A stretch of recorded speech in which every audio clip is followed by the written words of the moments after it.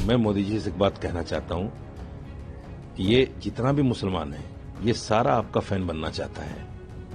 बस इतना है कि ये जो नफरती वातावरण देश में हो रहा है इसको खत्म कर दीजिए और भारतीय जनता पार्टी के दरवाजे मुसलमानों के लिए खोल दीजिए। ये जो नफरती चिंटू हैं, ये जो आतंकवादी गुट हैं, मैं तो आतंकवादी गुट कहता हूं इनको, बजरंग दल हुआ, विश्व हिंदू परिषद हुआ, ये सब आतंकवादी दल है। कि जैसे पुलवामा में हमारे 6 लोगों को मार दिया गया, उनका मकसद उनको मारना नहीं था, उनका मकसद देश में दहशत फैलाना था। सारे काम छोड़ के इलेक्शन अभी 2-4 साल के लिए स्थगित कर दो, जहां जहां होने हैं सब बंद करके काम। पहले घुसपैठियों को पता चलाओ कितने घुसपैठिए हैं और फिर उनको सीधा बांग्लादेश छोड़ो।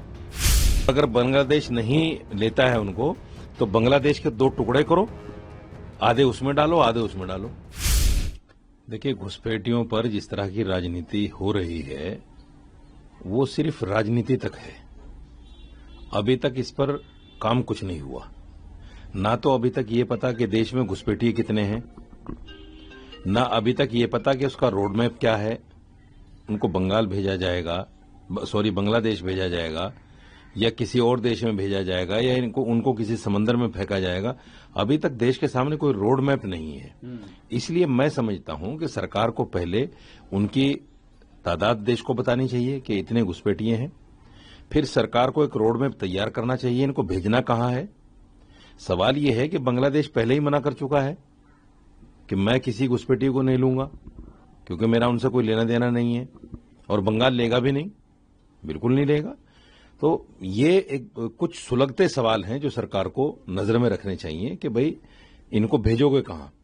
ऐसा कोई कानून देश में नहीं है कि अगर कोई घुसपैठिया है उसको या तो जेल में सड़ा दो या समंदर में फेंक दो। देश जाना पड़ेगा ना। अगर अमित शाह जी उनको बोल रहे हैं कि आपको बांग्लादेश जाना पड़ेगा तो इसमें क्या दिक्कत है? देखिए, दिक्कत ये है कि सवाल ये है कि घुसपैठिए आते क्यों हैं, ये एक बहुत बड़ा सवाल है।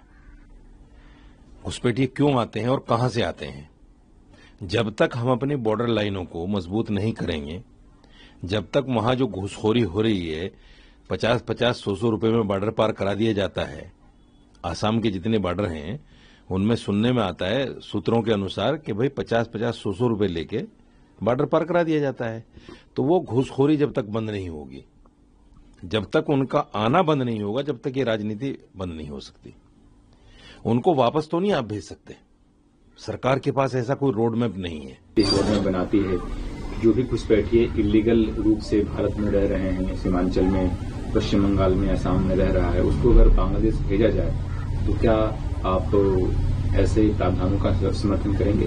हम तो कहते हैं पहली फुर्सत में भेजो, क्योंकि न तो बांग्लादेश लेने वाला है उनको और न हिंदुस्तान भेजने वाला है। हम तो कहते हैं पहली फुर्सत में भेजो। सबसे पहला काम सारे काम छोड़ के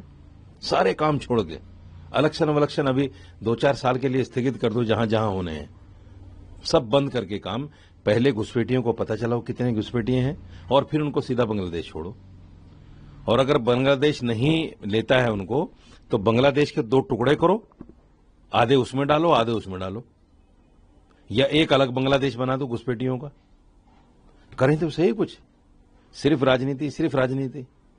विपक्ष भी इस पर राजनीति कर रहा है और पक्ष भी इस पर राजनीति कर रहा है। आपको लगता है कि बंगाल से सटा हुआ बॉर्डर है इसलिए वो हो सकता है कुछ चुनावी दौरा हो उनका इंटरनल, आपको लगता है? नहीं, बिल्कुल। देखिए, ये चुनाव के टाइम पे ही सारी चीजें याद आती हैं घुसपैठियों की।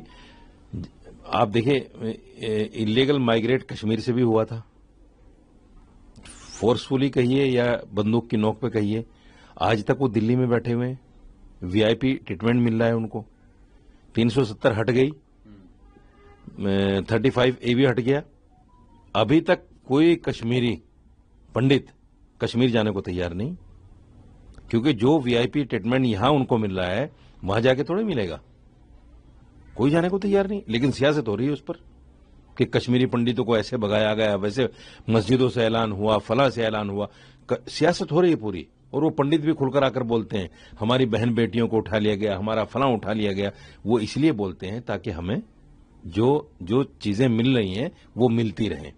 इसलिए सबसे पहला काम देश का ये है कि घुसपैठियों को वापस करने के जो भी अपने दूसरे देश के साथ चीजें हैं उनको फोर्सफुली और पावर तरीके से ये करना चाहिए कि जितने भी लोग बांग्लादेशी आएंगे बांग्लादेश को लेना पड़ेगा। कैसे नहीं लेगा? बांग्लादेश तो मना कर देता है कि मेरे आदमी है ही नहीं, तो फिर आप डालोगे कहां उनको? ये तो बहुत बड़ा सवाल है ना, उनको डालोगे कहां आप? ऐसी कोई जगह आपके पास है नहीं हिंदुस्तान में कि उनको अलग करके छोड़ दो। Sir, prime minister Narendra Modi दुनिया के पहले ऐसे लीडर बन गए हैं जिसके इंस्टाग्राम पे 100 मिलियन फॉलोअर्स हो गए हैं, लगभग 10 करोड़। कैसे देखते हैं? देखिए, मोदी जी की जो पॉपुलैरिटी है देश के अंदर या विदेशों में, मैं समझता हूं कि ये 100 मिलियन जो है बहुत कम है, और ज्यादा होना चाहिए था, और ज्यादा होना चाहिए था। भाई 80% तो हिंदू देश में है जिनकी हिंदुत्ववादी सरकार चल रही है। अगर सारे हिंदू ही फॉलो करने लगे नरेंद्र मोदी जी को तो कम से कम 1-1.25 करोड़ तो यही हो जाएगा, 100-125 करोड़। सारे लोग, इसका मतलब ये है कि सारे हिंदू भी फॉलो नहीं कर रहे हैं। इसका मतलब तो ये हुआ ना कि सारे हिंदू भी फॉलो नहीं कर रहे हैं। हाँ, मुसलमान बहुत फॉलो कर रहे हैं मोदी जी को, इसमें कोई दो राय नहीं, मैं भी फॉलो करता हूं। मोदी जी की जो पॉपुलैरिटी है, मोदी जी का जो चार्म है, उसमें कोई दो राय नहीं है। और सोशल मीडिया पर जिस तरह से वो अपनी वीडियोस डालते हैं, कहीं भी किसी भी जगह पहुंचने की, स्टूडेंट्स से मिलने की, फिल्मी दुनिया वालों से मिलने की या नेताओं से मिलने की, अभी जैसे एआई समिट हुआ उसमें हर नेता के साथ, हर प्रेसिडेंट के साथ में उन्होंने अलग अलग अपनी वीडियो डाली और उनके साथ अलग अलग बैठकें हुई। तो ये उनका जो एक नया तरीका उन्होंने निकाला है, मैं समझता हूं किसी भी देश का प्राइम मिनिस्टर इस तरह से नहीं करता है। ये मोदी जी की खासियत है, मोदी जी कर रहे हैं और इसीलिए उनकी फैन फॉलोइंग बढ़ रही है। मेरे पास भी बहुत सारे मैसेजेस आते हैं इस तरह के उन्हीं की आईडी से कि भाई आप जो है मोदी जी के खास उसमें फॉलो करने वालों में या उनके चाहने वालों में हो गए हैं, इस तरह के मैसेजेस आते हैं। तो ये मोदी जी का चार्म तो है, लेकिन मैं मोदी जी से एक बात कहना चाहता हूं, ये जितना भी मुसलमान है ये सारा आपका फैन बनना चाहता है।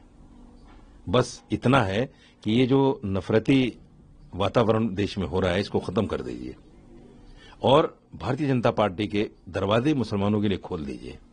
जब तक भारतीय जनता पार्टी के दरवाजे मुसलमानों के लिए नहीं खुलेंगे ये नफरतें बढ़ती रहेंगी। ये जो नफरती चिंटू हैं, ये जो आतंकवादी गुट हैं, मैं तो आतंकवादी गुट कहता हूं इनको, बजरंग दल हुआ, विश्व हिंदू परिषद हुआ, ये सब आतंकवादी दल है। ये देश में दहशत फैलाना चाहते हैं। देखिए, दहशतगर्दी का मतलब यही होता है, अगर कोई दहशतगर्द आके, जैसे पुलवामा में हमारे 6 लोगों को मार दिया गया, उनका मकसद उनको मारना नहीं था, उनका मकसद देश में दहशत फैलाना था। तो ये लोग भी मुसलमानों को मारकर, दलितों को मारकर, सिखों को मारकर, ईसाइयों के चर्चों पर हमला करके ये लोग भी देश में दहशत फैलाना चाहते हैं। ये भी आतंकवादी हैं, दहशतगर्द हैं, इन पर कार्रवाई होनी चाहिए। सरकार इस पर अगर अंकुश लगा ले तो मोदी जी के जो फॉलोअर हैं वो 100 मिलियन नहीं 100 करोड़ मिलियन भी हो सकते हैं। अगर आप ये वीडियो YouTube पर देख रहे हैं तो हमारे चैनल को सब्सक्राइब कर बेल आइकन दबाएं और Facebook पर देख रहे हैं तो हमारे पेज को लाइक करें।